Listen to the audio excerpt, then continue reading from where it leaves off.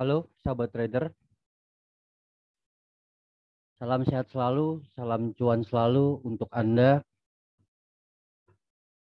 Kali ini saya akan membahas materi yang mungkin dilupakan, menjadi bagian terpenting tapi sering dilupakan.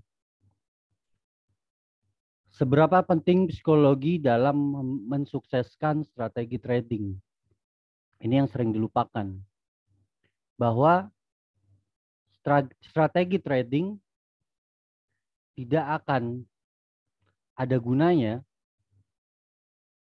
apabila tidak ada psikologi yang baik. Maka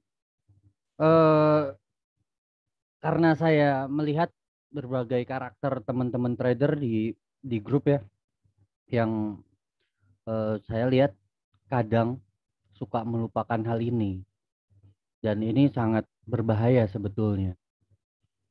Mungkin banyak yang berpikir trading itu bisa buat Anda berpenghasilan setiap hari, sehingga Anda memutuskan untuk mencari modal dan melakukan aktivitas trading setiap hari. Atau bahkan Anda sudah kerja sebagai karyawan mungkin, atau punya usaha mungkin. Anda memutuskan untuk berhenti, lalu menjadi full time trader. Dan terkadang ini menjadi hal-hal yang kurang tepat, atau bahkan bisa salah. Ini yang perlu diperhatikan. Seberapa penting psikologi dalam mensukseskan strategi trading? Yang harus dilakukan trader agar konsisten mendapatkan cuan, Anda harus menerapkan 3M, Mind, Method, Money Management. Nah, 3 hal ini sangatlah penting. Ya, saya sudah siapkan gambar di sini. Yang dilakukan kebanyakan trader fokus kepada metode. Maka metode, kalau kita gambarkan seperti segitiga, main ini ada di pucuk dan porsinya paling kecil. Ya.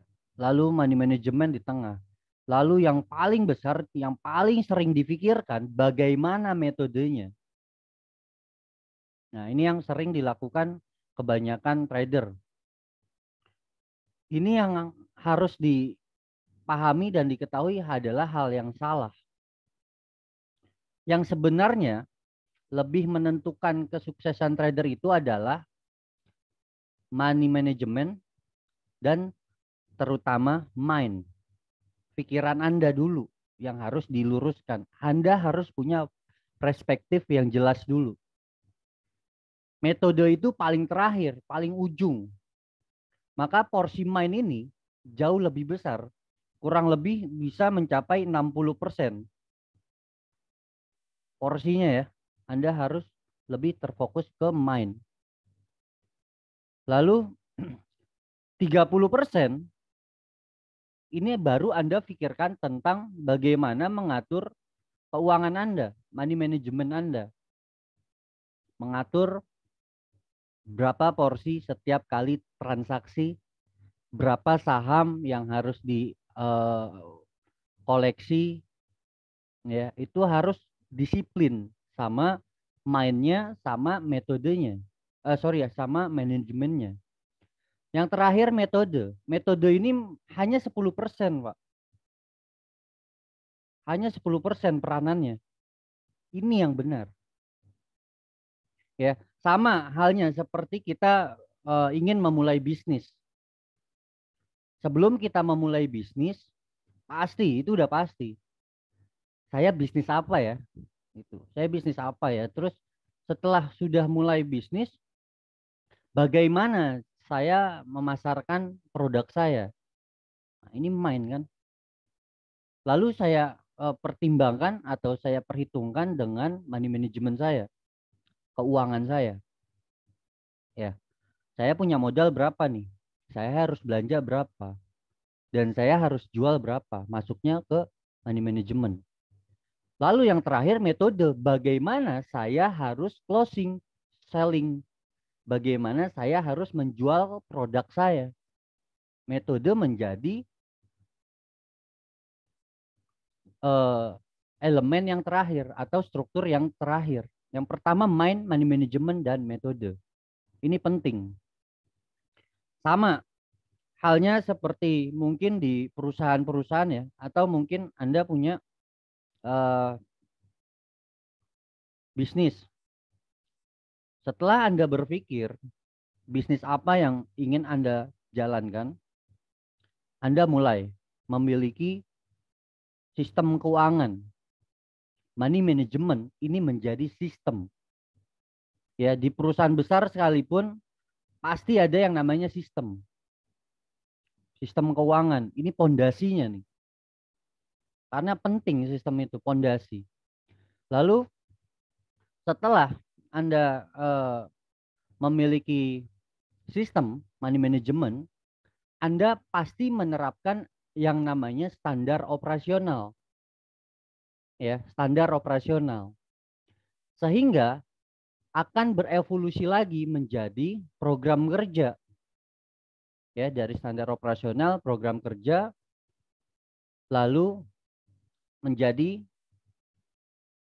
hasil. Program kerja bisa gagal, bisa berhasil. Yang terpenting, kita menjalankan standar operasionalnya dengan baik. Nah, masalahnya, trader ini kadang-kadang nggak punya standar operasional, Pak, Bu.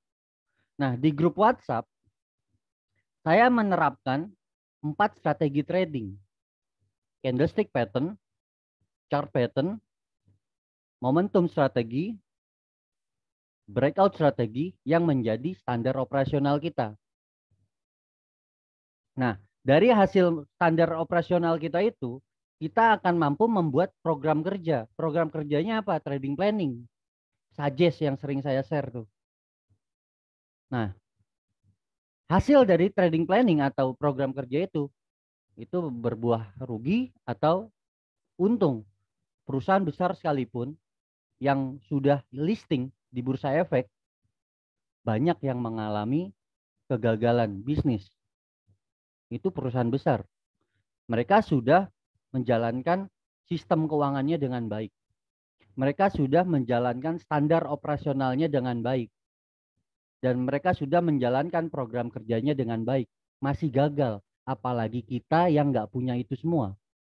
Ini yang terpenting.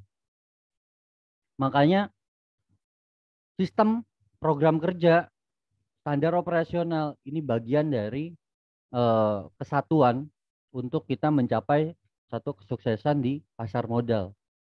Whatever, marketnya apa. Prinsipnya sama. Membuat trading planning itu penting. Ya, seperti yang saya sebelumnya jelaskan tadi. Anda harus punya trading plan, Anda harus punya sistem dulu, keuangan. Lalu Anda harus punya standar operasional.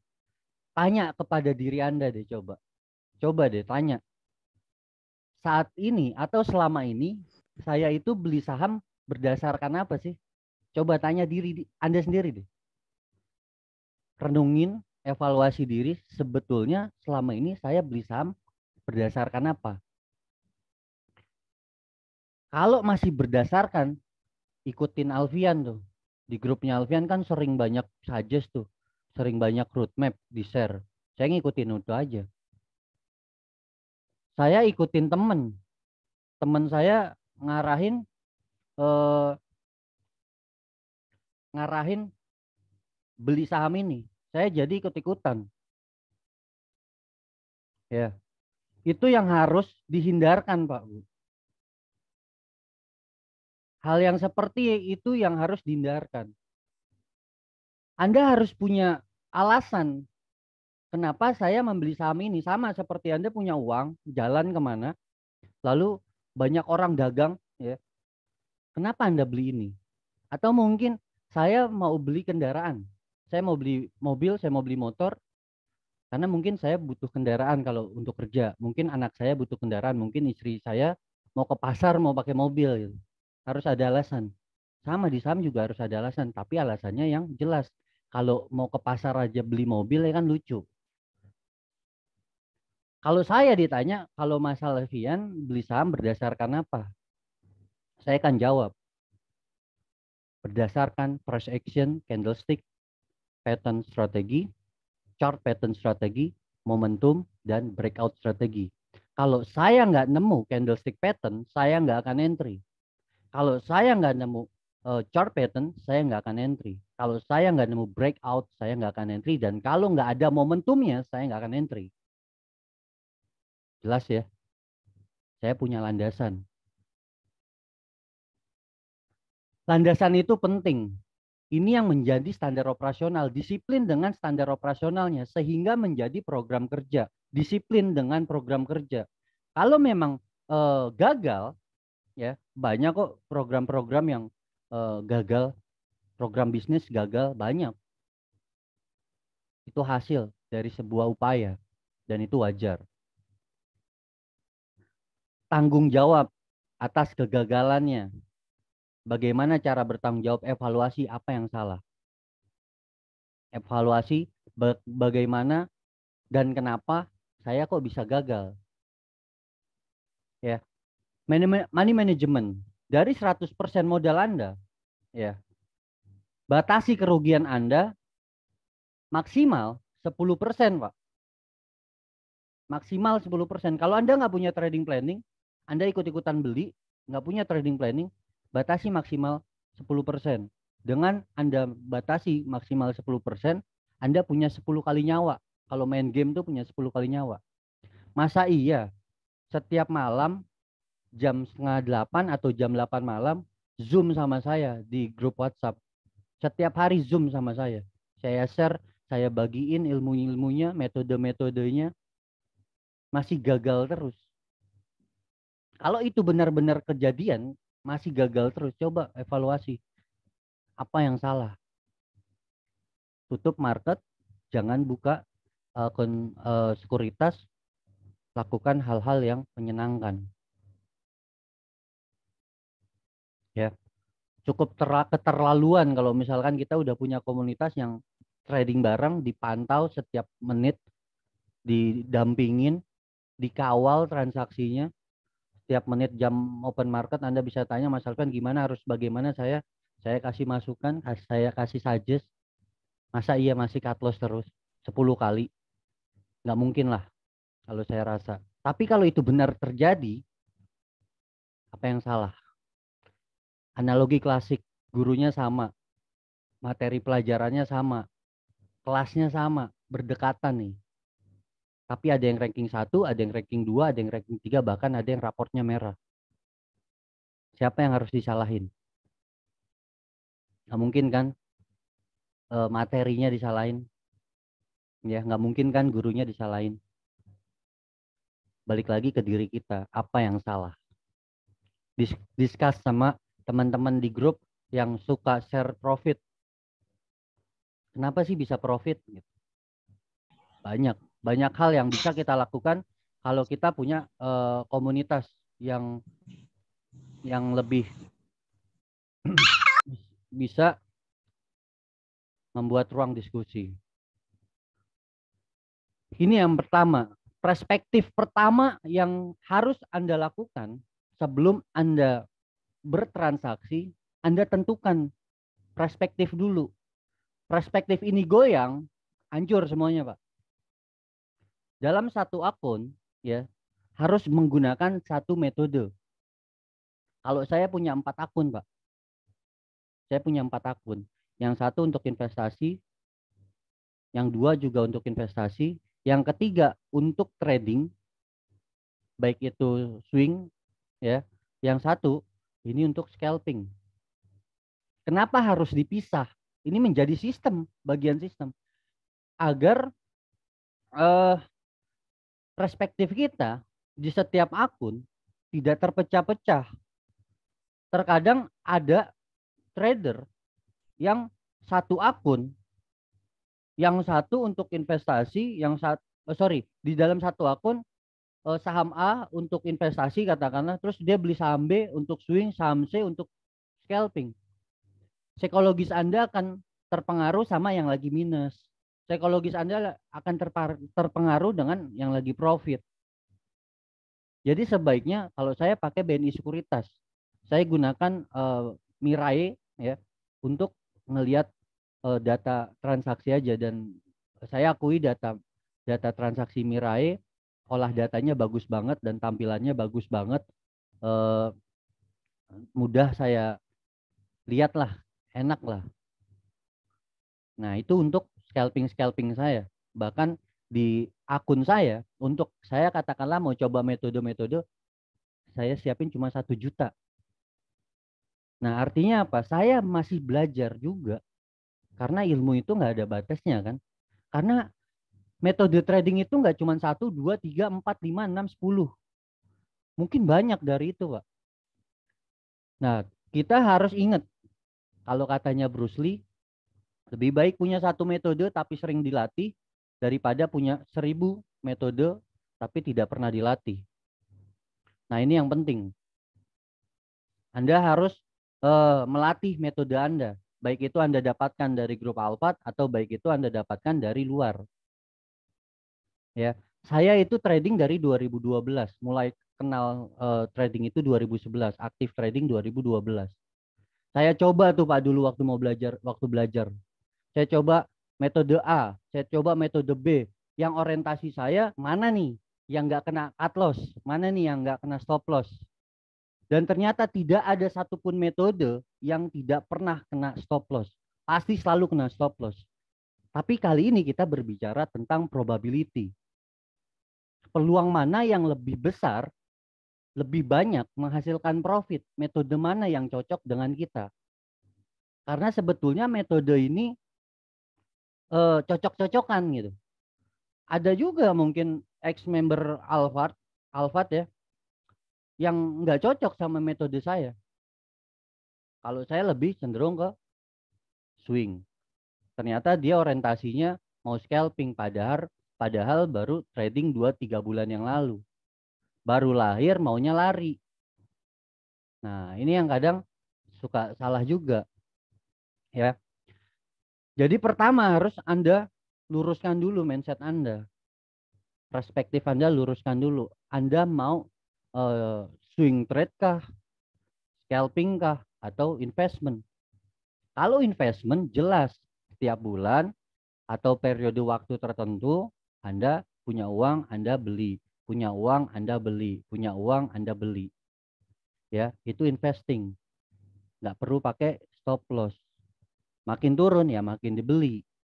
Anda tinggal pilih saham-saham apa yang menurut Anda eh, menarik dan Anda yakini bahwa saham itu, perusahaan itu akan bertumbuh di waktu yang akan datang. Swing trade dan scalping ini menjadi satu hal yang sama tapi beda. Masih satu kategori trading. Trading ini kan berdagang. Ya, berdagang, yang namanya berdagang itu ada kalanya untung, ada kalanya rugi. Beda sama investasi. Kalau investasi rugi Anda ditipu namanya. Ya kan nggak mungkin investasi rugi. Nah, kalau berdagang, katakanlah saya jualan baju. Saya modalnya 100.000. 3 bulan baju itu biasanya tuh update terus. Lalu 3 bulan nggak laku nih baju saya. Tapi ada yang mau borongan, mau beli 90.000 satu itemnya. Apa yang harus saya lakukan? Saya akan jual. Sama seperti Giant. Anda tahu Hero Giant? Giant itu mau tutup toko, tutup store waktu itu. Dia obral semua produk atau barang yang masih dia simpen. Walaupun dia jual rugi, tapi setidaknya dia masih megang cash baru. Untuk apa? Modalnya untuk dana atau modal bisnis barunya. Ya kalau kayak tadi saya bilang, saya jual 90.000, yang modalnya, sisa modalnya saya akan belanjakan saham-saham yang besok akan naik atau produk-produk yang bisa menghasilkan cuan daripada harus nahan-nahan. Rugi pikiran, rugi waktu, rugi uang. Ya, perspektif ini yang harus diluruskan, mau investing, swing, atau mau scalping. Tapi yang jelas, scalping itu harus fast, harus cepat. Ya, ibaratnya lari, kalau swing itu jalan santai, ya, jogging. Tapi kalau scalping itu ibaratnya sprint. Anak baru lahir mau sprint, lucu. Hati-hati. Sebaiknya belajar swing dulu, swing sudah memahami dan sudah merasakan uh, profit konsisten, Anda baru mulai ke scalping. Saya rasa dan saya pesan seperti itu. Emosi yang harus dikontrol oleh trader. Kadang rasa takut ini ya sering muncul. Lalu serakah, harapan yang berlebih, penyesalan. Ini akhirnya dampaknya kita melakukan overtrade karena keserakahan ini. Nah, rasa takut ini seringkali melupakan peluang yang besar. Dan keserakahan terkadang melupakan resiko yang besar. Maksudnya bagaimana? Kalau keserakahan, kita tuh lupa, nih saham udah di atas nih. Kita serakah, mau beli lagi. Kita lupa bahwa di situ ada resiko yang jelas di depan mata. Kita beli di atas loh. Konsepnya kan beli di bawah, jual di atas. Bukan beli di atas, jual di atas lagi. Ibaratnya you penjual handphone. Terus, ayo mau jual handphone ke you. Saya mau jual handphone. Mau dijual berapa tuh handphone? Katakanlah saya mau jual 4 juta. Pasarannya 4 juta. You yang bener aja jual 4 juta. Ayo mau jual berapa kalau you mintanya 4 juta? Kita pedagang, Pak. Cari murah. Bukan cari yang mahal. Harga naik, diemin. Bukan rezeki kita berarti. Jangan sampai kita terbawa emosi. Keserakahan kita ini melupakan resiko yang besar. Di mana ketika kita beli,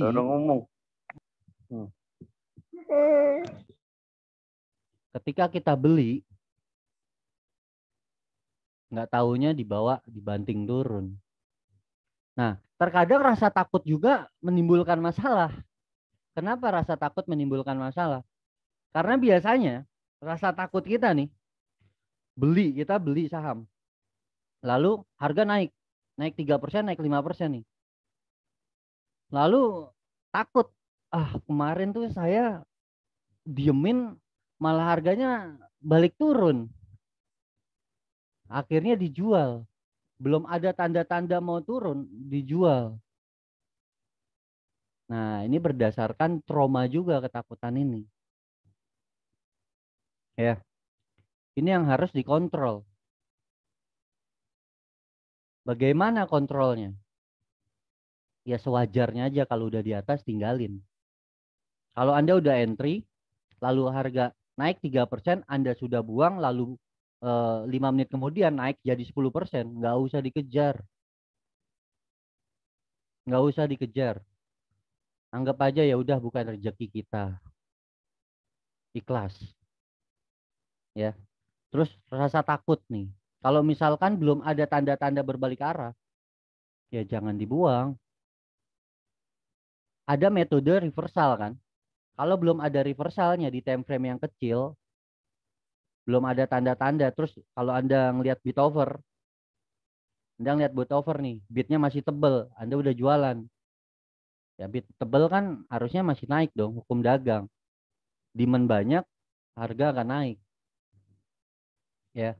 Kecuali Anda udah melihat ada overnya mulai ditebelin. Nah, baru Anda boleh jualan. Nggak boleh jualan kalau tidak punya alasan. Nggak boleh beli kalau nggak punya alasan. Harus melakukan keputusan itu berdasarkan alasan. Hindari hal-hal ini jika ingin profit konsisten. Melakukan trading tanpa dibekali pengetahuan atau analisa, yaitu tadi yang saya bilang di awal. Ikut-ikutan beli. Si Alfian nih di grupnya. nge-share saja, saya ikut-ikutan beli. Terus teman saya nih katanya kerja di bank, kerja di itu, kerja di perusahaan apalah ya. Katanya disuruh beli ini bagus, ikut-ikutan. Nggak boleh, udah nggak boleh lagi ikut-ikutan. Di grup WhatsApp ya, di grup WhatsApp itu saya ngajarin metodenya bagaimana biar nggak ikut-ikutan.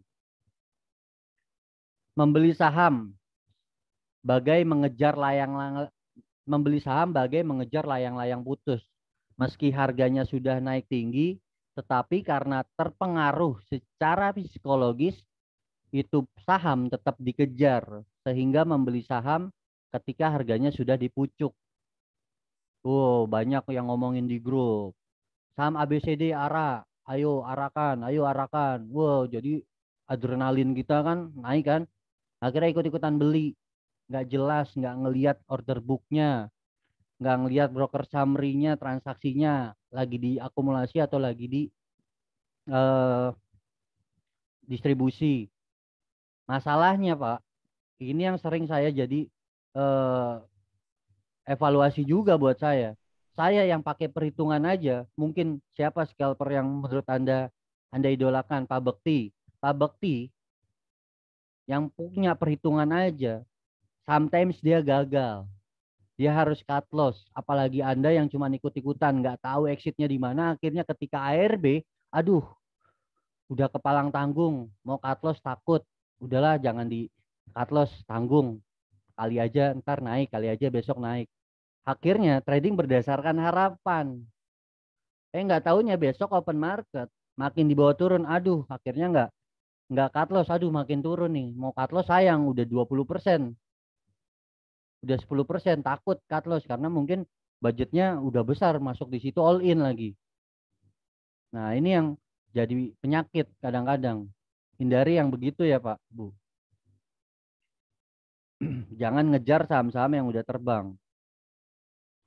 Membeli saham menangkap pisau jatuh. Saham yang sedang bergerak turun karena dirasa sudah murah akhirnya dibeli.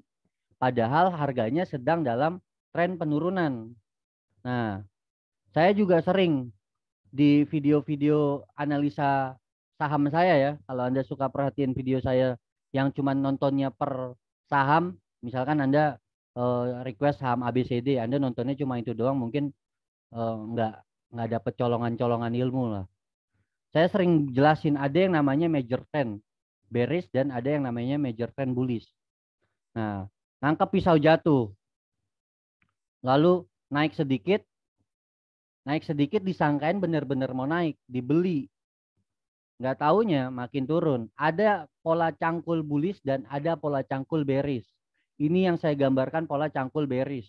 Ini yang saya gambarkan pola cangkul bullish.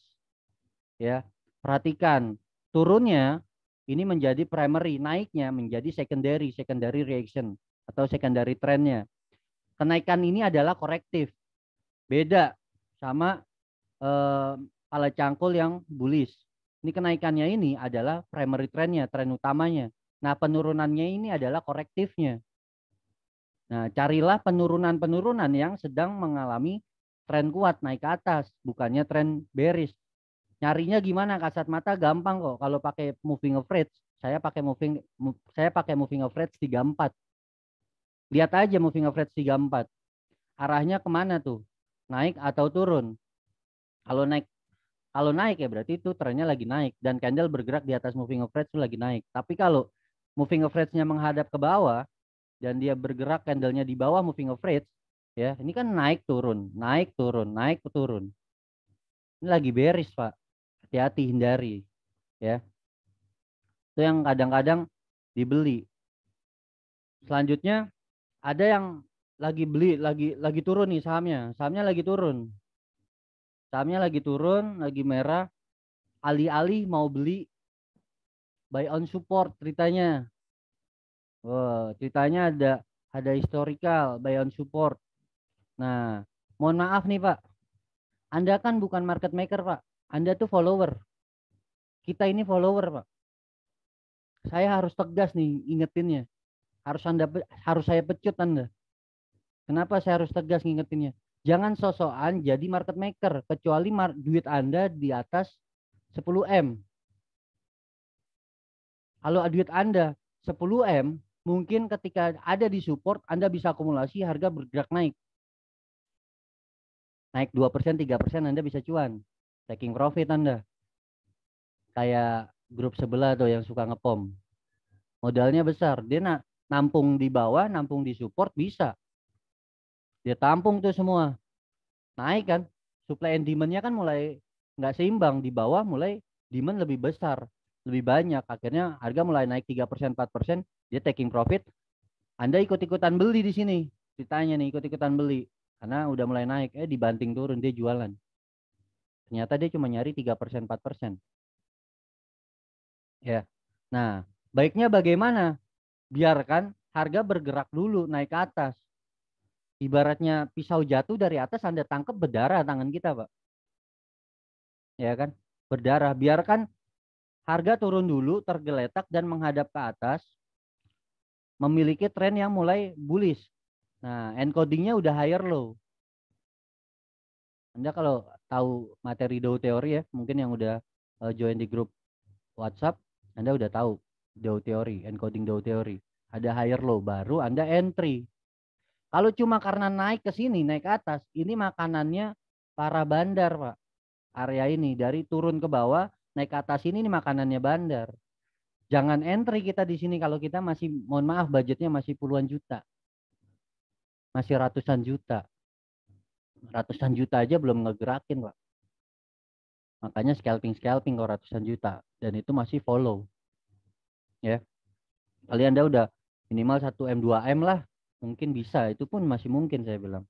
Tergantung harga sahamnya. Nah, biarkan dia bergerak dulu naik, lalu turun ke bawah. Di sini ada reversal, baru kita entry. Low-nya jadiin support. 1 tick atau 2 tick di bawah supportnya kita buat jadikan tempat stop loss. Simpel ya harusnya. Lebih menjaga trennya dulu. Jangan langsung nadangin pisau jatuh, berdarah-darah kita. Lalu membeli saham terlalu banyak jenis dan jumlahnya sehingga tidak fokus. Nah, ini sering nih. Saya punya klien, Pak. Saya punya member di grup Alfat. Mas Alfian, saya mau konsultasi Porto. Oh, silakan. Saya persilakan.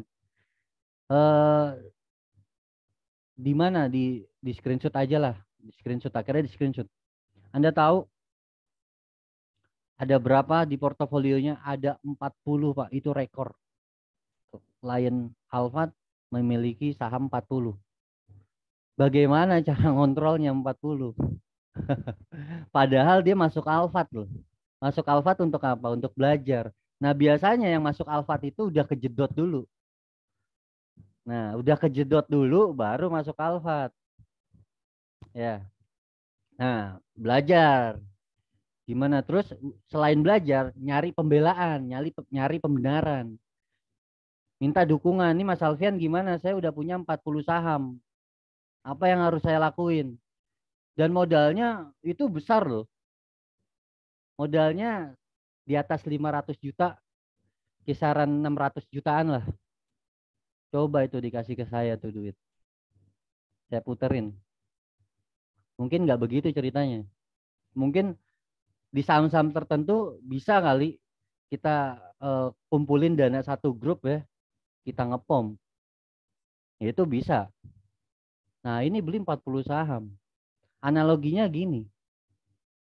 Kita punya satu bisnis aja belum tentu untung. Belum tentu benar. Ini punya banyak banget. Diversifikasi Mas Alfian. Diversifikasi bukan begitu.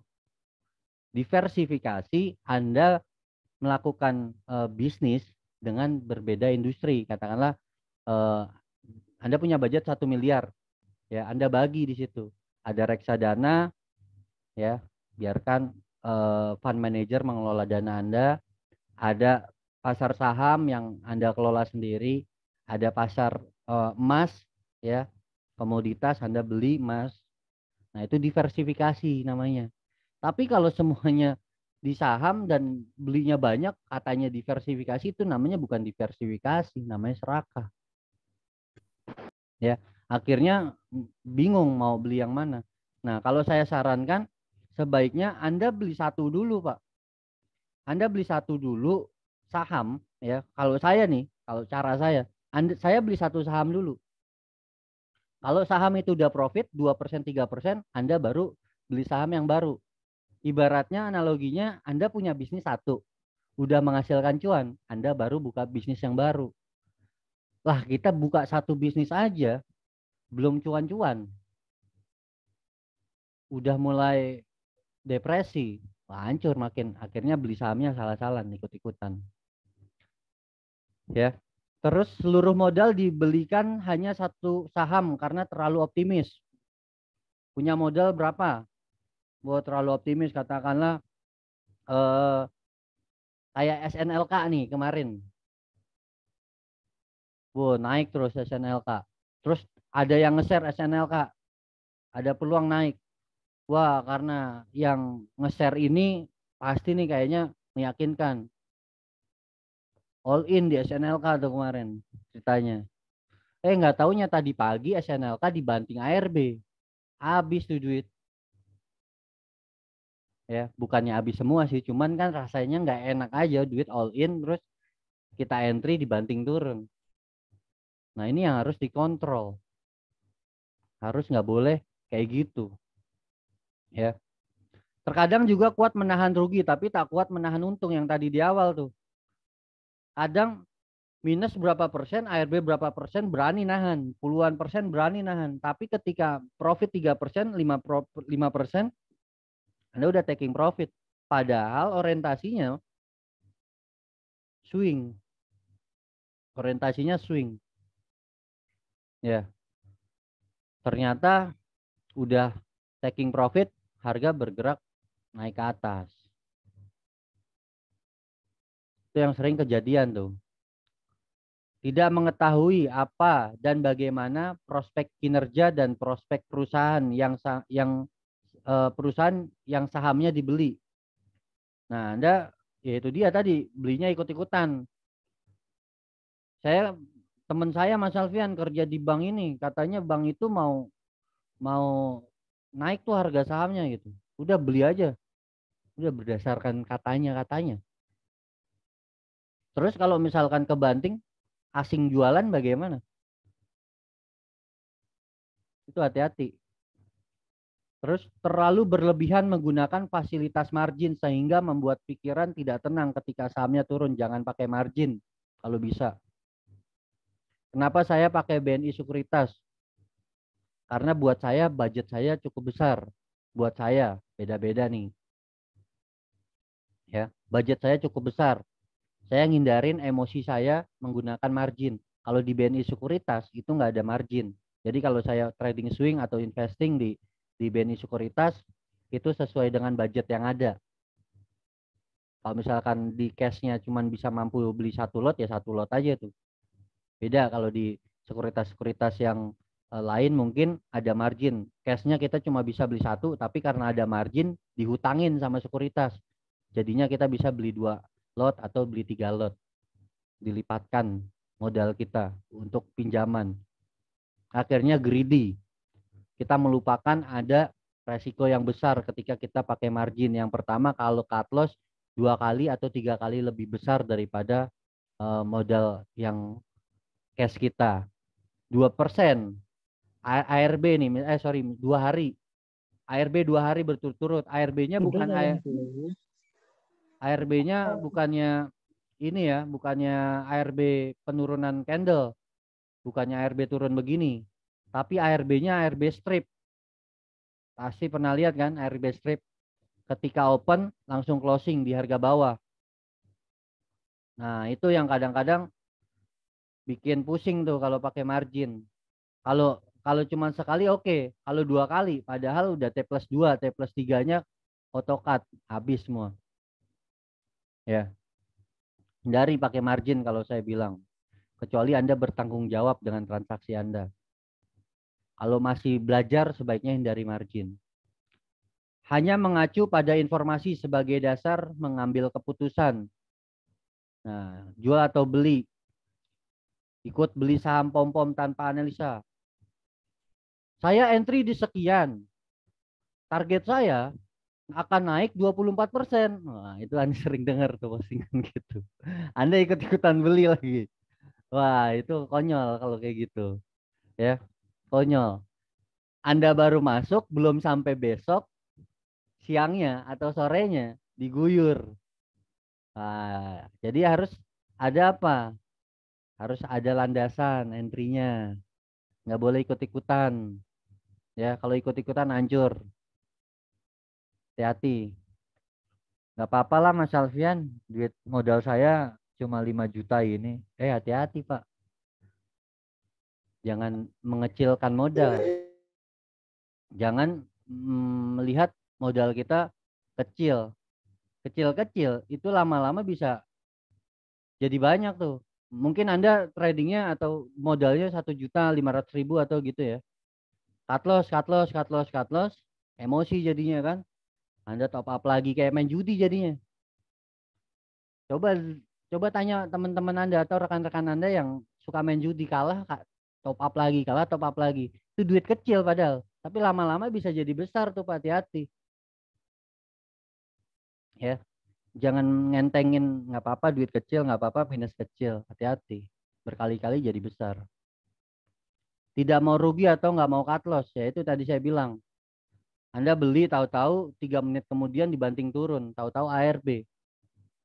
Ada kesempatan untuk exit, nggak mau. Udah kepalang tanggung. Besok turun lagi. Nggak mau cut loss, udah kepalang tanggung. Akhirnya berjilid-jilid, nggak tahu kapan. Udah konyolnya lagi, di bawah baru cut loss. Di bawah baru cut loss. Itu konyol. Kadang sering banget itu saya dapetin rekan-rekan member yang masuk grup WhatsApp kayak gitu. Lalu mendikte pasar sesuai pikiran atau harapan. Berdasarkan halu jadinya. Kadang kita analisa teknikal juga kadang halu. Jangan pernah halu. Harus ada roadmap yang jelas. Harus ada roadmap yang jelas arah mau kemana. Terkadang yang halu-halu ini yang baru belajar bikin roadmap. Nah, itu yang kadang-kadang jadi penyakit juga tuh. Jangan berdasarkan harapan. Harapan berubah jadi halu. Seolah-olah akan terbentuk, akan naik seperti itu. Seolah-olah di chart itu ada fata morgana, ada candle naik ke atas. Padahal trennya nggak begitu. Padahal itu halusinasi berdasarkan harapannya. Transaksi balas dendam artinya pernah loss dalam satu saham dan terus melakukan jual beli karena balas dendam. Saya entry di saham ABCD, terus langsung hari itu cut loss 3%. Wah, saya ngelihat ada saham apa nih naik. Ya, saham apa misalkan naik. Tadinya saya entry 2 lot misalkan. Langsung entry all in di situ buat nutup kerugian yang tadi atau nutup kerugian yang kemarin misalkan. Nah, ini yang sering terjadi, suka balas dendam. Makanya trading itu nggak boleh ditargetin Pak sebetulnya. Nothing tulus saja udah. Hari ini dapat cuan berapa, tek ya. Dapat kerugian berapa, nikmatin. Jangan pernah balas dendam. Kemarin saya loss nih 5%. Saya harus eh, dapat cuan 10% nih hari ini nih. Harus nutupin loss saya. Itu jadinya nafsu. Hancur Pak pasti, yakin saya. Jadinya halu, tradingnya halu, dan itu yang harus dihindarin. Nggak boleh lagi berdasarkan kemarin saya cut loss. Kalau udah kayak gitu udah hancur pasti. Percaya sama saya, pegang nih omongan saya. Nothing tulus saja ketika open market, lihat, cari peluang. Mau cuan, mau untung, mau rugi, kita harus bertanggung jawab di hari itu. Yang kemarin-kemarin. Ya. Lakukan hal ini. Jangan salahkan orang lain jika rugi. Ikut-ikutan nih, saya bilang. Akhirnya apa? Yang nge-share disalahin. Saya ngikutin suggest-nya Alfian nih. Sahamnya turun, saya beli. Alfian emang nggak benar nih. Banyak Pak yang kayak gitu, nyalain saya. Saya bukan dukun, saya bukan dukun. Yang tahu besok harga akan naik atau harga akan turun. Tidak ada satupun di dunia ini, sekalipun petugas dari bursa efek sekalipun, nggak ada yang tahu satu saham itu akan naik atau akan turun. Kalau ada yang tahu, kita bukan lagi jadi negara miskin lah. Ya, udah banyak tuh Lamborghini di jalan. Ya, tapi kita berbicara tentang probability, berbicara tentang bagaimana kita eh, menggunakan metodenya dengan disiplin dan dengan baik, mencari metode yang memiliki probability besar untuk menghasilkan cuan. Analisa boleh salah, trading tidak boleh kalah. Ketika saya share analisa dan analisa saya gagal, belum tentu saya gagal juga. Bisa jadi saya nggak entry di situ. Atau bahkan bisa jadi mungkin saya entry tapi saya udah cut loss. Anda belum cut loss, sudah ada tuh level stop loss. Anda nggak mau cut loss, akhirnya nyalahin saya di Alfian tuh nggak benar saja-sajanya. Atau mungkin salahin siapa tuh? Ya, tapi yang sering to the moon itu, Anda sering salahin tuh, karena dia suka ngebanting-banting harga kan, suka ngebanting-banting harga. Dia disalahin, dia nggak salah, yang salah Anda, yang salah kita. Kenapa kita ikut-ikutan? Harusnya kita pelajari lagi, harusnya kita research lagi, analisa lagi. Sekali lagi, analisa boleh salah, tapi trading tidak boleh kalah. Ya, jangan salahkan pasar juga. Ya, lucu kalau salahin pasar ya. Terima kesalahan dengan lapang dada dan belajar dari kesalahan agar tidak terulang lagi. Saya hari ini cut loss sekian. Kenapa ya? Makanya trading itu perlu jurnal. Saya tuh suka nyatet, Pak. Saya suka nyatet. Kenapa saya cut loss? Kenapa saya taking profit? Alasannya kenapa? Biar ini jadi memo saya, biar jadi pengingat saya. Saya besok nggak mengulang. Karena ada ilmu psikologis ya, ilmu psikologis di mana biasanya ketika kita mencatat menggunakan ballpoint ya di buku itu akan lebih mudah mengingat daripada kita membaca. Jadi sebaiknya kita catat di buku.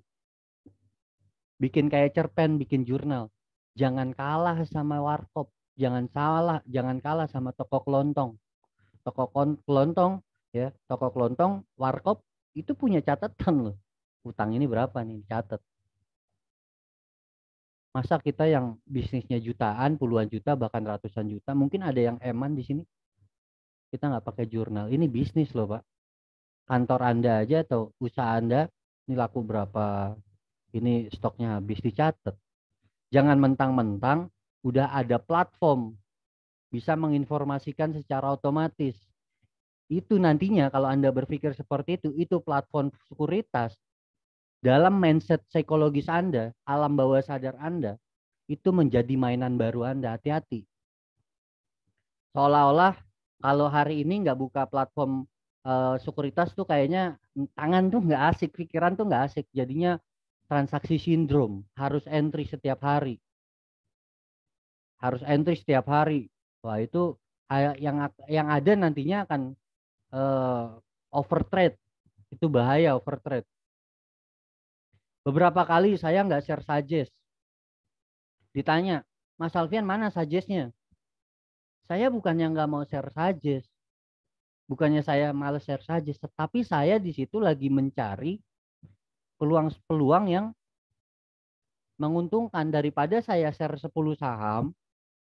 Ya, ada yang profit, ada yang loss, ada yang profit, ada yang loss gitu. Bagus kalau profit semua.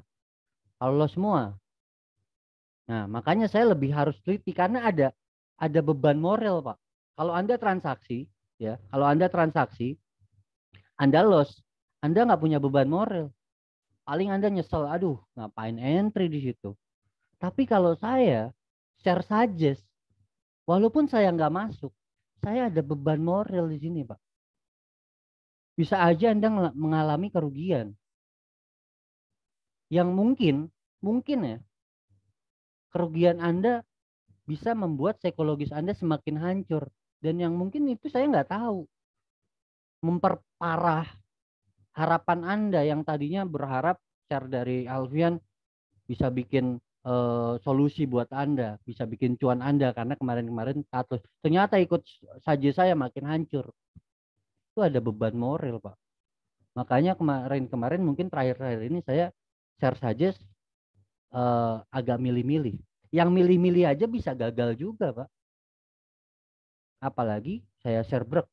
Saya share break gitu misalkan 5 atau 10 saham sekaligus. Anda bingung juga milihnya kan.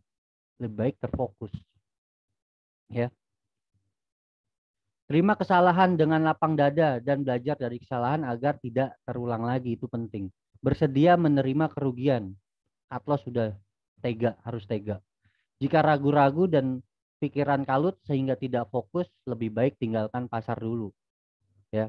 Biasanya Anda ribut sama istri, sama pacar, sama teman, sama bos. Akhirnya buat buat nghibur diri, Anda buka aplikasi trading. Ini dia yang saya bilang tadi. Trading jadi mainan baru untuk Anda. Hati-hati. Kalau itu udah Anda rasakan, udah ada kesalahan. Trading lalu cuan tanpa menggunakan metode yang konkret yang jelas. Anda jangan pernah menjadi beginner luck. Mungkin beberapa kali transaksi Anda profit. Coba lakukan itu terus. Coba lakukan itu terus selama 1 tahun. Saya yakin Anda harus menghitung berapa kali Anda harus top up. Ya. Gunakan uang yang tidak ada kepentingan khusus sehingga dapat bertransaksi dengan tenang. Saya punya uang, tapi uang itu untuk biaya hidup saya dan keluarga saya dalam 1 bulan atau berapa bulan. Mungkin pesangon, dapat pesangon, ya, karena disuruh cuti muda, cuti dini, kan masa pandemi itu kemarin tuh kan disuruh cuti nih beberapa karyawan, dapat pesangon, katakanlah 30 juta, ditradingin itu semua. Wah, itu udah kesalahan.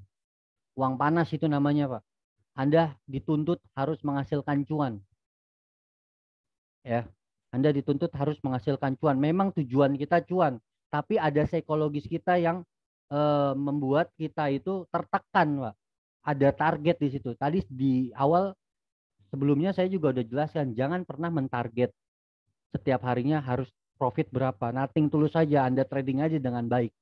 Gunakan metodenya dengan baik dan sehingga akan dapat hasil. Berapa hasilnya? Kalau udah cuan, udah cukup. Kalau Anda nggak ngelihat ada yang menarik, udah cukup. Tutup aplikasi. Kalau Anda trading daily. Ya. Jangan transaksi melebihi kemampuan. Ya ini, kalau misalkan Anda katakanlah, Anda tahu nih, ini yang lebih konyol juga nih, sering konyol. Saya share di grup WhatsApp, suggest on the spot, yang harusnya suggest on the spot itu selalu dipantau karena orientasinya scalping. Ya. Lalu kemungkinan saat itu Anda lagi free time ya, mungkin Anda lagi break ya. Anda lagi break, lalu Anda lihat di grup WhatsApp, katakanlah ada saja saya, langsung Anda beli. Ternyata 5 menit atau 10 menit kemudian transaksi masih berjalan nih, masih running. Anda tinggal, Anda melakukan aktivitas lain di luar. Ya, ini kan melebihi kemampuan Anda. Terus akhirnya apa? Keseret-seret tuh transaksi. Nah, ini yang harus dihindarin. Udah tahu mau jalan pergi kemana, Anda nggak boleh entry. Udah tahu saya lagi di perjalanan atau nanti 5 menit lagi, 10 menit lagi saya mau meeting. Ini yang sering kejadian, Pak. Mas Alfian, ini gimana nih saham ini? Padahal udah sempat naik 4%, 3%, cuman sampai di atas dibanting turun. Ini gimana nih? Saya tadi nggak sempat taking profit. Nggak sempat taking profit. Apa yang harus dilakukan? Lah kenapa Pak? Nggak taking profit. Iya Mas, tadi saya lagi di jalan. Iya Mas, tadi saya lagi meeting. Iya Mas, saya lagi sambil ngurusin anak. Iya Mas, saya sambil masak. dan segala macam alasan lainnya, Anda tidak bertanggung jawab di situ atas transaksi Anda, atas bisnis Anda. Analoginya, ini market ini kan pasar ya. Trading itu kan kita berdagang. Anda ke pasar, datang ke pasar, buka toko, habis itu Anda tinggal. Syukur-syukur tuh toko masih ada barangnya. Kalau dibanting turun harganya, analoginya itu barang dirampok, diambilin sama orang. Nangis kita. Sedih. Wah, ini makin keseret. ARB lagi, mending turun doang. Masih bisa di cut loss. ARB, kalau udah ARB gimana? Nggak bisa dijual. Nggak ada yang mau beli kalau ARB. Ya. Jangan ganti-ganti gaya trading atau berbeda gaya trading di satu sekuritas. Di awal juga saya bilang, saya punya 4 sekuritas untuk menggunakan beberapa metode strategi trading. Jangan disatuin. Ada yang namanya psikologis color. Ya, kalau Anda ngelihat banyak yang merah, itu psikologis Anda jadi nafsu. Di portofolio terlalu banyak merah misalkan, itu jadinya nafsu. Atau mungkin kebalikan, kalau misalkan di portofolio kebanyakan hijau, wow, jadinya overconfidence. Akhirnya beli saham asal-asalan. Ya, itu juga saya pernah ngalamin masalahnya. Apa yang saya ucap ini berdasarkan dari masalah saya kemarin. Kemarin saya pernah begitu. Terlalu overconfident karena porto hijau semua. Terlalu balas dendam karena porto merah semua. Wah, pernah saya kayak gitu. Hampir 10 tahun, Pak. Hancur-hancurnya saya pernah. Dari punya bisnis, saya punya bisnis private server game online, punya keuntungan habis karena buat trading, Pak. Hancur-hancurnya tuh, Pak, saya, Pak. Puluhan juta ketika itu buat saya cukup besar. Habis karena trading. Ada keuntungan habis buat trading. Nah, saya ceritakan kehancuran-kehancuran saya ini agar Anda tidak terjebak hal itu. Ibaratnya saya sebagai gate Anda nih jalan. Pak, jangan injak lubang itu lubangnya dalam. Saya pernah kecemplung di situ. Saya pernah ngerasain sakitnya jatuh. Makanya saya bimbing Anda agar Anda tidak melewati jalur atau jalan yang pernah saya alami dan saya terjatuh di situ. Setelah menikmati hasil, pergilah berlibur. Atau ketika Anda transaksi gagal terus, sebelum Anda top up, Anda have fun dengan diri Anda. Anda refresh pikiran Anda setelah beberapa kali cut loss. Atau setelah Anda mendapatkan hasil yang mungkin cukup besar. Enjoy dulu, jangan sampai hasilnya Anda gulung lagi, Anda gulung lagi, Anda gulung lagi, cut loss lagi, cut loss lagi, cut loss lagi. Yang tadinya udah profit, akhirnya tuh profitnya digulung terus, lama-lama habis karena terlalu confidence. Jangan bertransaksi saat ada masalah pribadi yang tadi saya bilang. Kalau ada masalah dengan siapapun atau pikiran lagi galau, dibuat akun sekuritas menjadi mainan. Jangan, mendingan main Mobile Legend, main PUBG. Kalau Anda suka main game, gadget, atau apapun hal yang bisa membuat Anda terhibur atau menghibur diri Anda, lakukan. Jangan pernah memaksakan bertransaksi ketika pikiran kita sedang mengalami gangguan mental. Emosi itu gangguan mental, Pak. Ya. Jangan average down berkali-kali, upayakan maksimal 3 kali.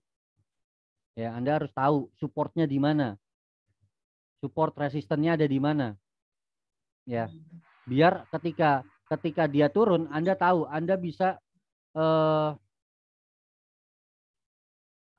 perhitungkan risk dari Anda harus entry dan risk untuk stop loss-nya, ya. Stop loss-nya berapa? Anda bisa bagi itu, bagi 3. Berarti katakanlah ada risk 5% atau mungkin bahkan 10% dari Anda level entry sampai dengan supportnya. Katakanlah ini udah mulai naik dan ada mulai reversal. Ini ada support. Nah, dari atas ke bawah ini risknya ada berapa persen? Jangan langsung all in. Ya. Jangan langsung all in. Bagi 3 kali pembelian bertahap. Ya. Atau kalau Anda melihat ada harganya makin turun ke bawah gitu. Udah kalau misalkan udah ini naik turun lagi malah naik lagi, ini udah average, ini Anda beli di sini average down di sini makin turun lagi, udah biarin aja turun dulu. Biarin turun dulu sampai nanti ada tren baru, ada higher low, ya ada higher low, Anda entry lagi. Tunggu jelas dulu lah.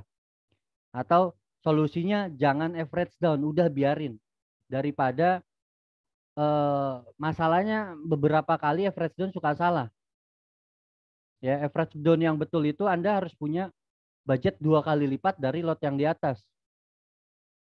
Sistemnya piramid. Ya, piramid sistemnya. Besarnya di atas, katakanlah besarnya di bawah. Katakanlah di atas 10. Di bawahnya harus Anda punya 20. Di bawahnya Anda harus punya 40. Nah, masalahnya banyak trader yang beli di atas katakanlah 10 lot katakanlah. Lalu turun ke bawah mau average down, masih cuman punya 3 lot atau bahkan mungkin 5 lot lah. Average price-nya nggak akan turun, Pak. Average price-nya nggak akan turun. Asumsinya ketika kita average down itu adalah ketika kita entry di harga last price, harga naik sedikit kita udah bisa exit. Keuntungan yang di bawah udah bisa nutupin kerugian yang di atas. Prinsipnya itu.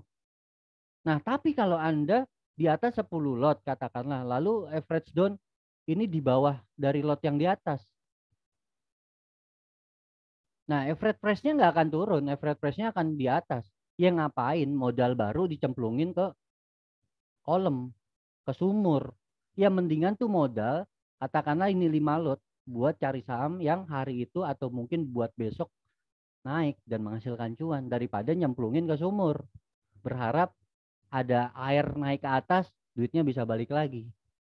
Nih, strategi yang salah, metode yang salah, yang sering kejadian. Ya. Jadi average down juga jangan banyak-banyak, maksimal 3 kali. Dan rumusnya seperti ini, biar average price-nya turun. Katakanlah di sini turun ke harga, katakanlah di harga 100 misalkan. Di harga 1000 lah. Ya, 1110. Anda beli 10 lot. Turun ke bawah ke 1100 katakanlah. Di 1100 ya Anda beli 20 lot. Lalu turun lagi ke 1090 misalkan. 1090 Anda beli. Nah, ini kan pasti ada reboundnya naik ke atas. Naik 3%, naik 4%. Kerugian yang 10 lot, kerugian yang 20 lot udah ketutup sama yang 40 lot ini. Anda udah bisa exit. Bisa dipahami ya maksudnya ya? Jadi itu sistem average down yang benar. Kalau nggak punya modal untuk average down 2 kali lipat lebih besar daripada lot yang di atas, sebaiknya nggak usah average down. Itu budget duitnya mendingan buat beli saham yang besok berpeluang cuan. Jangan bertransaksi karena ikut-ikutan. Tadi udah sering saya jelaskan. Atur portofolio berdasarkan waktu dan sektor. Nah,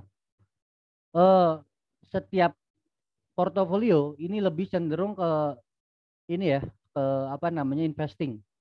Ya, kalau investing di dalam satu portofolio nggak boleh perbankan semua, nggak boleh apa namanya, misalkan consumer semua, terus mining semua. Ya, Anda harus bagi-bagi sektor. Ada perbankan, terus ada komoditi, terus ada dan ya beda-beda lah pokoknya ya. Nggak boleh di satu sektor. Dan ketika entry pun juga harus manage waktunya. Nggak boleh berdekatan dan juga jangan terlalu kejauhan. Anda harus punya range waktu. Katakanlah Anda punya gajian gitu. Misalkan punya gajian tanggal 27 atau tanggal 1 Anda gajian. Oke, tanggal 2 mau harganya berapapun saya entry.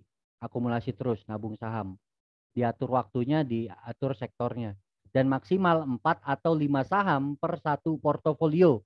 Artinya per satu akun maksimal di portofolio Anda 4 atau 5 ya. Kalau sekarang Anda evaluasi lihat portofolio lebih dari 5, coba di maintain mulai sekarang. Nggak boleh lagi lebih dari itu. Mana yang harus saya jual dulu? Mana yang saya harus rapikan? Itu yang dilakukan fund manager, Pak. Merapikan portofolio. Dia jualan yang namanya ada window dressing. Akhirnya hasil dari jualan itu dari saham-saham yang tidak punya produktivitas pergerakan market yang menarik dan growth, dia beli di akhir tahun untuk mempercantik portofolionya di awal tahun, sehingga di awal tahun nanti dia selling, ya, dia jualan ke klien atau ke kita, mungkin dia punya portofolio yang cantik yang udah bisa mulai naik ke atas. Ya, jangan sampai lebih dari 5. Jangan sampai kayak klien saya di ex member Alphard ada 40. Minta cari pembelaan tuh kayak gitu. Saya suruh cut loss juga nggak mungkin karena udah sayang. Saya bilang ya udah itu diemin aja untuk jadi investasi. Kalau Anda punya modal baru atau Anda siap cut loss beberapa saham, tarik uangnya, ganti akun. Ganti akun, buka akun baru, Anda punya tentukan perspektif atau mindset Anda trading selanjutnya. Saham itu atau akun itu diamkan. Ya. Apa yang harus dilakukan ketika loss terus-menerus? Nah, tarik semua dana yang tersedia di akun. Ya. Tarik semua dana yang ada di RDN. Udah nggak usah trading dulu. Jangan gatal tangan. Lalu berlibur. Ya, tenangkan pikiran, hindari market selama beberapa hari, berlibur, olahraga, atau hal-hal lain yang membuat Anda merasakan fun, enjoy. Itu Anda harus bisa lakukan itu. Belajar dan perbaiki apa yang salah, evaluasi. Setelah siap untuk disiplin terhadap trading planning, masuk lagi ke market dengan modal kecil yang Anda siap kehilangan uang tersebut jika loss. Ya, 100.000 atau 1 juta buat pemanasan. Buat pemanasan aja. Dan nanti sebelum Anda masuk ke market, Anda bukan berarti nggak ngelihat market ya. Yang dihindari itu marketnya.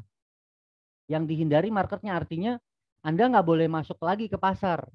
Kalau analoginya masuk ke pasar itu open aplikasi sekuritas Anda. Ketika Anda buka akun sekuritas, ya login gitu, itu Anda sudah sama aja masuk ke dalam pasar. Anda pedagang di pasar. Anda masuk ke lobi pasar tuh ketika open login akun. Nah, Anda nggak perlu buka itu, tapi Anda cukup buka trading view. Ya, di belajar trading view saya udah jelaskan bagaimana cara menggunakannya dan bagaimana cara menganalisa. Tetap melakukan analisa, disiplin, ya, buat jurnal. Nanti kalau misalkan Anda udah mulai tenang, analisa Anda dalam mungkin seminggu 2 minggu terakhir tanpa Anda transaksi Anda mulai hit target, Anda boleh mulai trading dengan dana pun juga jangan yang besar, yang harus siap Anda buang, ya. Jangan sampai duit buat makan, duit buat kebutuhan Anda masukin untuk trading. Kita berdagang. Kalau trading itu identik dengan rugi, ya, stop loss. Nggak lepas dari stop loss. Jadi harus menggunakan uang yang dingin. Jika Anda berhasil profit konsisten selama 1 bulan dengan dana kecil, Anda nggak usah lagi nih. Nih Anda bisa tambah modal trading.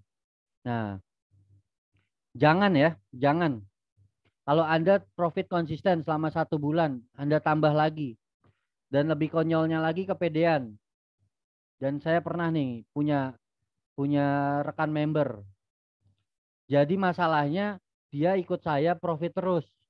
Tanpa sepengetahuan saya, dia ngumpulin duit keluarganya. Wah, ini konyol. Ngumpulin duit keluarganya, kepedean. Seolah-olah saya udah nemuin nih Alvia nih. Oh, udah kayak dukun saya. Tempat gantian duit. Udah kepedean atau bukan ketemu saya lah, atau Anda trading sendiri, Anda cuan. Anda kumpulin tuh duit keluarga Anda. Mungkin tabungan Anda, deposito Anda jual, Anda ambil buat trading. Karena Anda sudah merasa konsisten kan profit 1 bulan. Terlalu greedy Anda. Itu ada beban psikologis di situ nantinya yang akan buat Anda hancur. Hati-hati. Ya. Apa yang harus dilakukan ketika profit konsisten? Jangan merasa puas dan hebat. Jelas. Tetap evaluasi apa yang bikin Anda cuan. Ya, tetap evaluasi apa yang membuat Anda cuan. Tetap belajar agar bisa lebih baik lagi. Jangan lupa berbagi atau sedekah ketika profit. Insya Allah 2,5% ya rezeki kita milik yang saudara kita yang membutuhkan. Dan terkadang kita itu trading itu suka apa namanya berlebihan. Kalau kita udah ngerasa over trade, over trading, tutup akun, kita analisa dari trading view.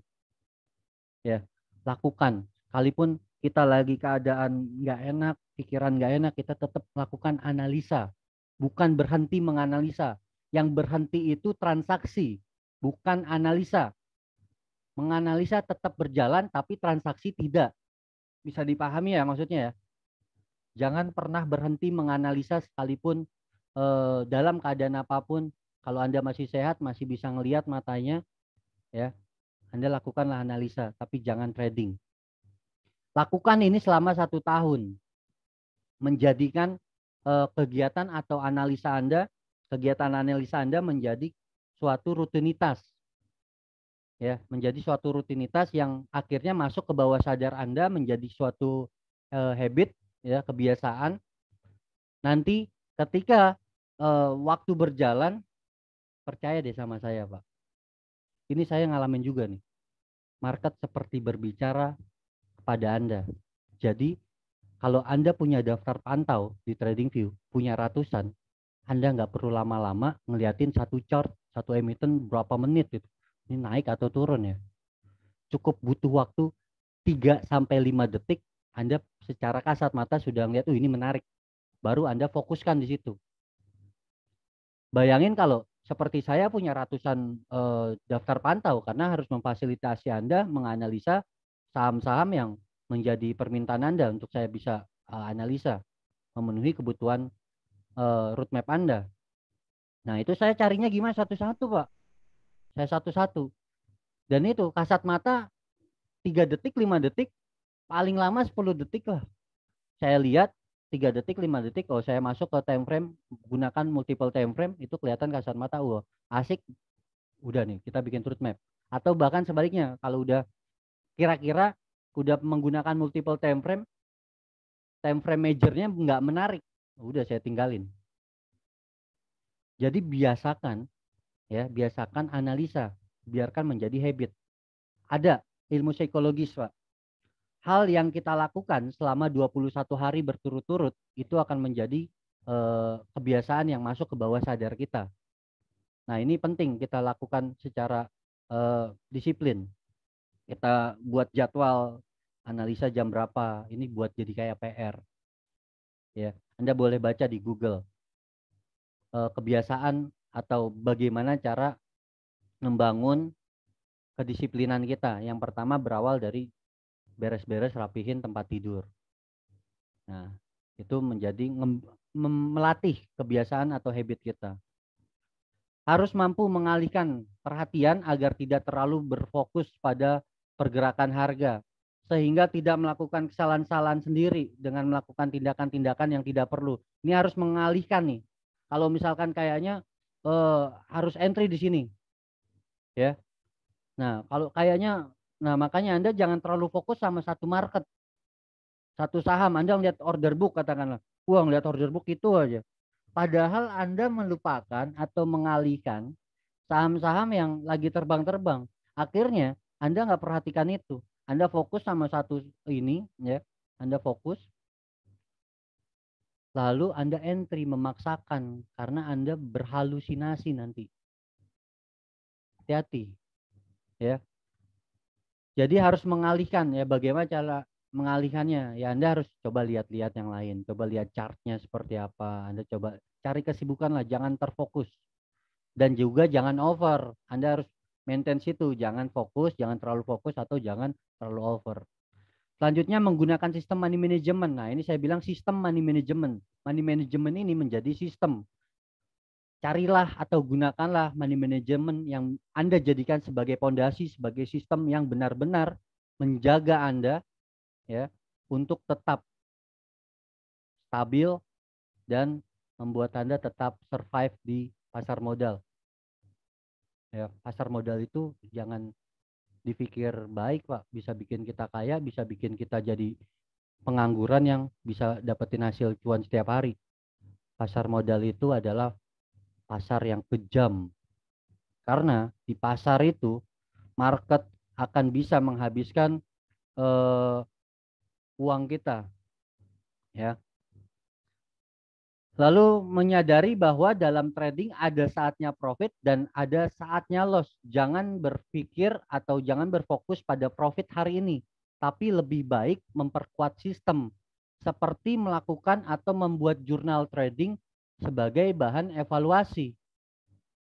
Nah, ini harus eh, disadari ya. Jangan selalu berpikir hari ini tuh selalu profit. Hari ini selalu dan harus. Bahkan ada kata harus. Saya harus profit nih hari ini. Kalau nggak profit, saya nggak makan besok.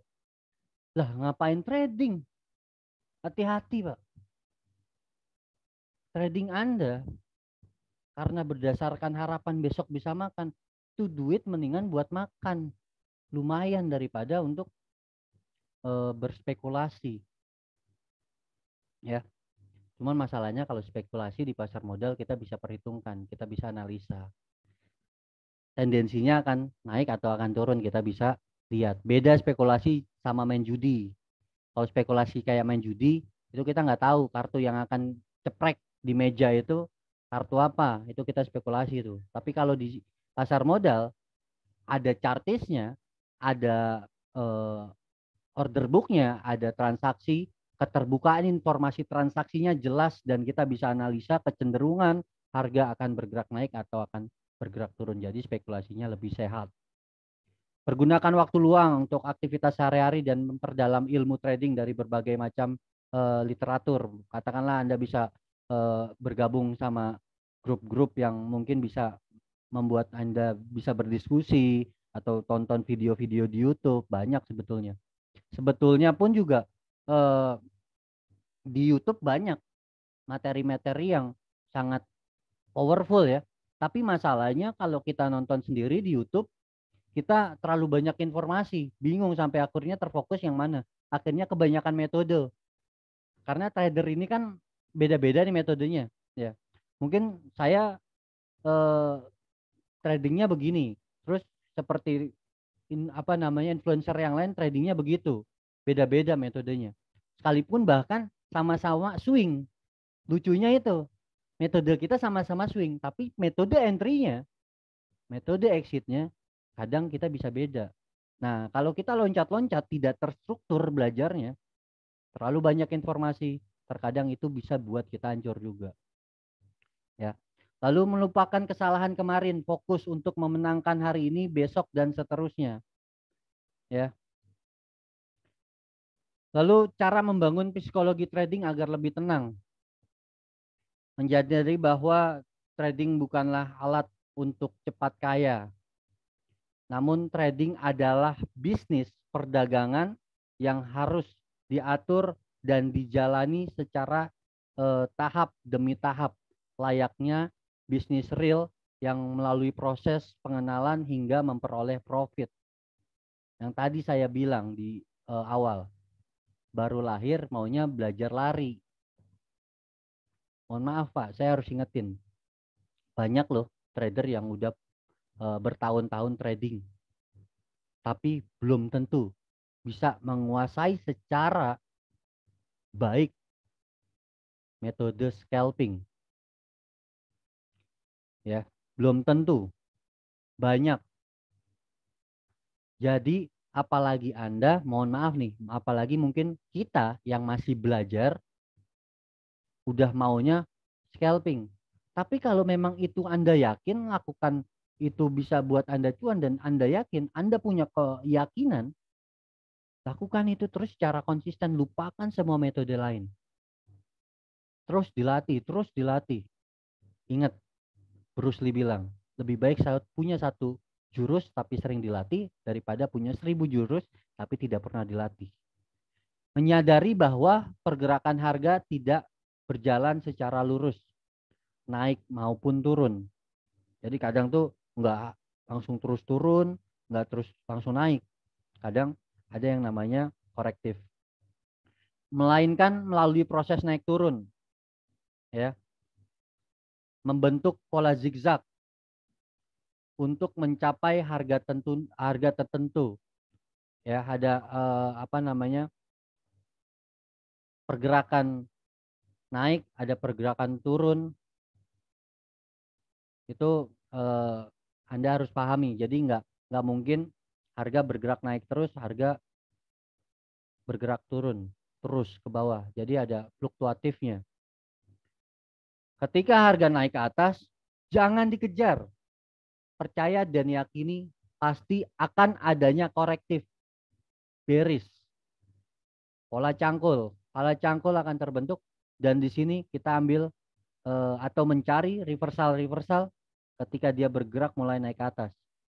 Dan kalau udah bergerak naik ke atas, kita belum entry, ya, jangan entry, jangan ngejar, apalagi udah nyampe di resisten. Katakanlah ada historical, katakanlah di sini udah mau nyampe resisten, Anda entry di sini. Resisten dan support ini area psikologis, Pak. Ya. Support dan resisten adalah area psikologis, di mana pernah ada harga di bawah, orang beli sehingga harga naik ke atas. Ya. Lalu ketika sampai di harga tertentu di atas, banyak orang jualan, aksi taking profit.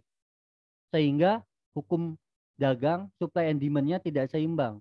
Banyak yang supply atau banyak yang jualan sehingga harganya turun ke bawah. Balik lagi ke harga support. Harga yang di bawah ini. Saya pernah beli di harga ini, di area harga ini. Dan pernah cuan waktu itu di atas. Pernah cuan di atas. Saya coba akumulasi lagi. Akhirnya banyak yang akumulasi lagi. Akhirnya harga naik menguji resisten di sini lagi. Di sini orang mulai jualan lagi. Anda mulai beli di sini dan itu konyol. Ya, sadari ya. Makanya ada yang namanya roadmap. Ketika Anda berpergian, Anda butuh Google Map. Anda harus tahu Anda di mana dan Anda harus tahu tujuannya di mana dan saat ini berapa lama lagi sampai tujuan. Ya. Katakanlah tujuan Anda udah 5 menit lagi sampai. Terus Anda lapar gitu, mau makan, katakanlah aja nih, let's say Anda hungry. Lalu udah 5 menit lagi nih mau sampai, ya, daripada Anda makan di luar bayar kan, mendingan makan di rumah. Karena Anda udah lihat nih, oh 5 menit lagi sampai. Analoginya gitulah kurang lebih. Jadi ketika ini udah mau sampai tujuannya, Anda malah beli. Itu salah. Harusnya ketika ini di bawah ada reversal, pembalikan arah. Toh di sini kan ada major, di mana ada pergerakan naik, ya, terus turun, naik lagi, turun lagi, naik turun gitu. Ada fluktuatifnya di sini, fluktuasi harganya, di mana ada riak-riaknya, ada minor trend. Ini adalah major trendnya. Dari bawah ke atas ini major trendnya, dan pergerakan major ini adalah tujuan utama. Ada yang namanya pergerakan minor, di mana harga naik, harga turun, harga naik, harga turun, dan penurunan-penurunan kecil ini kita manfaatkan untuk entry. Ya, jangan sampai kita lihat udah ada di atas kita baru beli, karena di bawah masih takut. Dan ketika kita entry, harga udah di atas, kebanting turun ke bawah. Hati-hati, ini yang sering jadi penyakit. Menjadari bahwa pergerakan harga tidak berjalan. Ini udah ya. Oke, ini juga menjadi apa namanya, pembelajaran kita bahwa pikiran itu, mind, cenderung lebih berpengaruh terhadap aktivitas kita di pasar modal, ya. Bahwa ada yang namanya mind, money management, dan metode. Metode ini mengambil peranan hanya 10%. Balik lagi ya, money management 30% dan lebih besar Anda harus menggunakan pikiran. Ada yang bilang kalau misalkan pikiran sudah bagus, lalu money management sudah bagus, metode apapun ya Anda gunakan, Anda akan bisa cuan.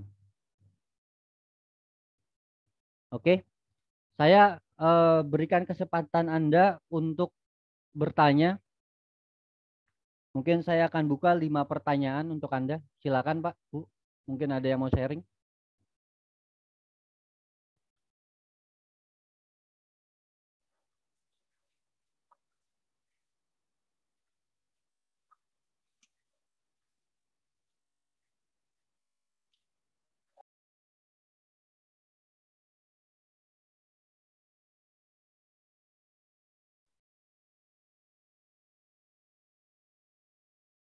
Pak Ketut Ardana. Halo Pak Ketut.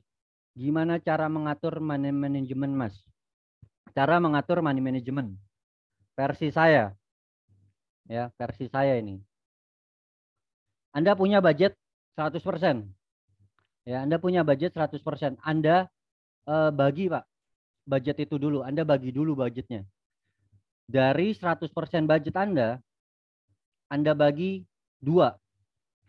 Masing-masing, ya, dari 100% ya.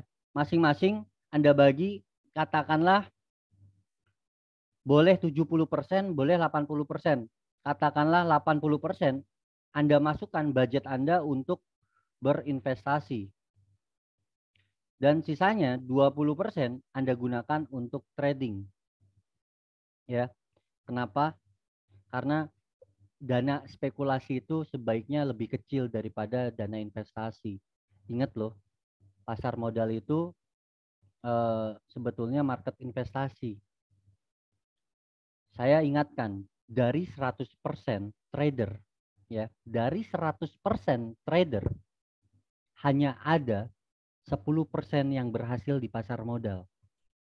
Dari 100% atau dari 100 orang trader, hanya 10 orang yang berhasil di industri pasar modal. Kenapa? Karena mereka yang 90% ini terlalu banyak berspekulasi. Itu salah satunya. Terus menggunakan margin, menggunakan dana budget yang all in, sehingga punya beban mental ketika melakukan transaksi. Tapi kalau Anda punya budget yang siap, katakanlah bahasanya uang sampah lah, Anda siap uang itu hilang. Nah, Anda harus tentukan uang yang Anda harus siapkan berapa, yang ya katakanlah kalau udah habis ya udah habis dan tidak dibutuhkan uang itu. Biar tradingnya nothing tulus, nggak ada pikiran, ya. Nah, budgetkan 80% untuk investasi, belikanlah saham-saham yang berpeluang naik, berinvestasi ke saham-saham yang mungkin beberapa waktu ke depan, beberapa tahun ke depan akan growth, seperti BBRI, BBCA, ASII, BNI, ya. Anda bisa akumulasi di situ.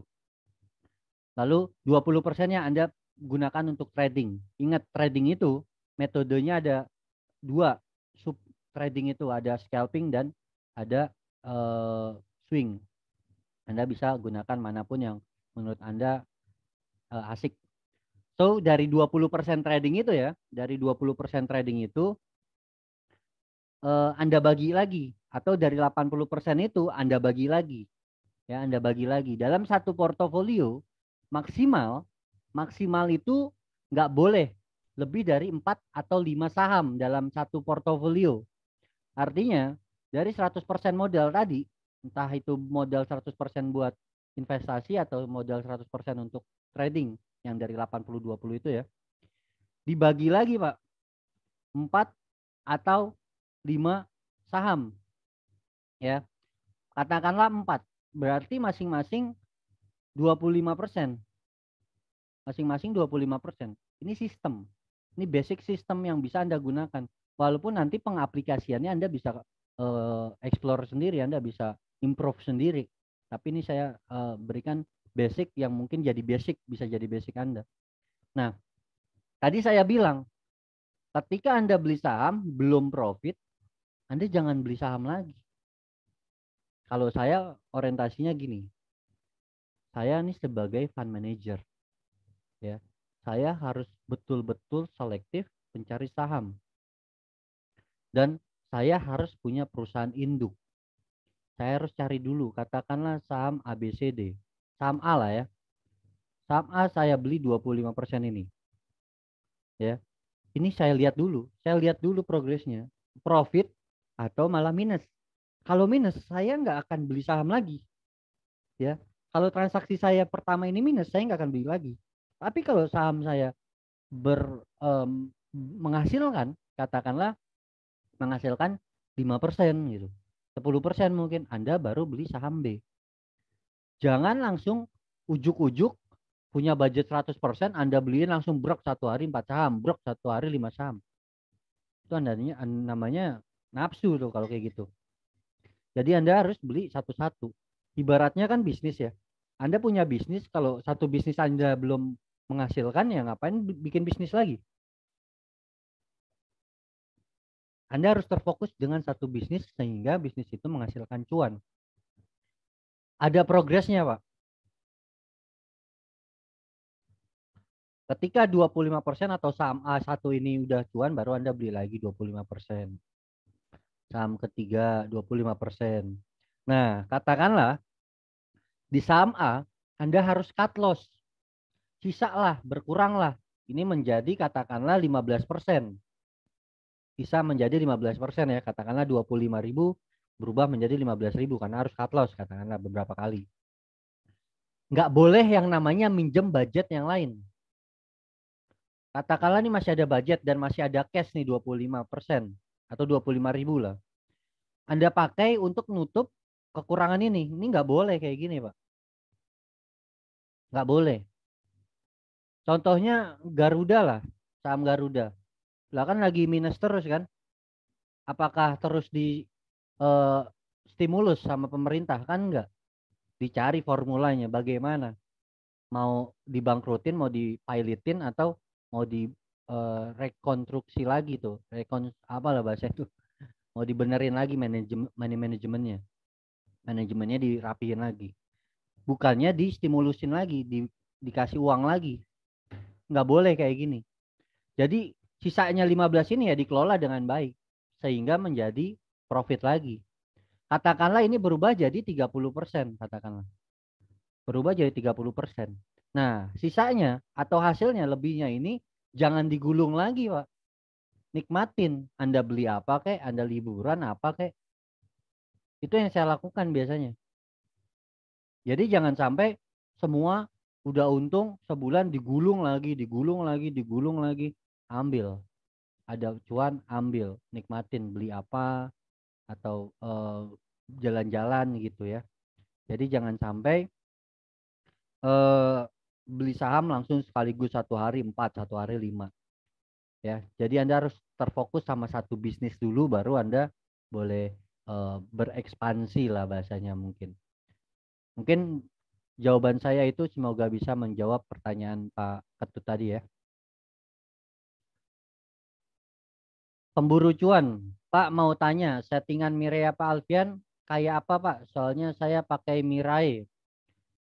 Settingan Mirai nanti saya akan buatkan ya. Saya akan buatkan itunya apa namanya videonya. Kayaknya di apa namanya di belajar trading udah saya jelaskan, kalau nggak ada nanti saya buatkan. Ini di luar materi soalnya ya. Nanti saya akan jelaskan mungkin di video lain. Pak Ridwan Aprilianto, Mas Al, boleh nggak kalau misalnya nanti saya minta PR atau tugas gitu? Soalnya saya benar-benar serius untuk fokus full time trader, Mas. Kalau nanti di grup WhatsApp ya, nggak apa-apa. Nanti kita diskusi di chat personal Pak Ridwan ya. Nanti saya buatkan PR harus bagaimana dan apa yang harus Anda cari. Selanjutnya Ibu Dina ya, Ibu Dina Purnomo Sidi, mohon maaf kalau salah. Saya mau tanya Pak, saya beli saham cuma satu karena ikut teman dengan kata-kata window dressing Pak. Nah ternyata saham itu turun dan terus turun Pak, sampai minusnya dalam. Ternyata teman saya itu sudah cut loss tanpa memberitahu saya. Nah, rugian saya sudah terlalu dalam, jadi saya nggak berani jual. Apakah saya harus jual, Pak, dalam keadaan rugi yang dalam? Atau saya biarkan aja yang biarkan aja ya Pak, tunggu harga naik. Nah, kalau orientasinya window dressing, harusnya itu saham bagus ya, harusnya saham LQ45. Kalau misalkan itu bukan saham LQ45, Anda dibohongin. Harusnya itu saham LQ45. So, apa yang harus Anda lakukan kalau Anda udah keseret? Nah, tergantung keseretnya berapa persen. Kalau keseretnya katakanlah udah lebih dari 15%, Anda biarkan hold aja dulu. Toh itu sebetulnya saham bagus, masih bagus. Kalau misalkan memang bagus loh ya. Atau solusinya Anda bisa jual sebagian, Bu. Anda bisa jual sebagian dan sisanya itu Anda belikan ke saham-saham yang berpotensi cuan. Nggak apa-apa, katakanlah minus 30% misalkan. Ya udah nggak apa-apa, sebagian aja jual. Ya, jual untuk sisanya itu ya, hasil penjualannya untuk cari saham-saham yang lebih bagus atau nanti tunggu di bawah ada pembalikan arah, ada reversal, ada eh, trend codingnya mulai bullish, ada higher low 2 kali, Anda bisa average down di bawah itu. Bisa beli di bawah lagi atau mungkin kalau Anda punya uang lagi bisa tambahin lagi average down. Katakanlah Anda beli nih di atas ikut-ikutan teman kemarin. Lalu Anda beli katakanlah 100 lot lah misalkan, 100 lot. Lalu turun ke bawah. Katakanlah udah minus 20%. Anda boleh Bu jual sebagian, sisain 50%. Ya, sisain 50%. Nanti ketika di bawah mulai ada pergerakan naik lagi ya, udah ada higher low lagi ya. Anda tinggal tambahin lagi aja, tambahin budget untuk average down. Masuk 100 slot di sini. Tadi kan ada tinggal sisa 50 ya di sini ya. Karena udah dijual di sini 50. Masuk lagi 100 slot di sini. Naik sedikit ke atas Anda udah cuan. Jadi Anda boleh jual sebagian juga boleh. Kalau memang belum ada tanda-tanda untuk naik ya. Semoga jawaban saya bisa menjawab pertanyaan Ibu Dina ya Bu ya. Good luck Bu untuk transaksinya. Malam Pak, dari Bapak Ributs Flamboyan. Malam Pak, cara mengatasi kuat nahan merah tapi nggak kuat nahan hijau gimana solusinya? Anda harus belajar teknikal. Ini bukan apa namanya, harus ada landasannya juga. Contohnya, kalau misalkan harga bergerak naik ke atas, Anda nggak berani nahan. Padahal di sini candlenya naik terus, belum ada reversal. Saya coba share di sini candle reversal. Pola candlestick pattern adalah 3 pembentukan candle. Ya, 3 pembentukan candle. Ini adalah contoh pola swing high. Dia bergerak naik lalu turun. Ya. Ini adalah contoh swing low. Dia bergerak turun lalu ada bergerak naik ke atas. Ya. Ini swing high dan yang kanan swing low. Perhatikan, apabila ada candle yang memiliki high atau ekor lebih tinggi daripada candle yang lain, apabila candle itu low-nya dilewati turun, maka itu berpotensi menjadi candlestick pattern reversal.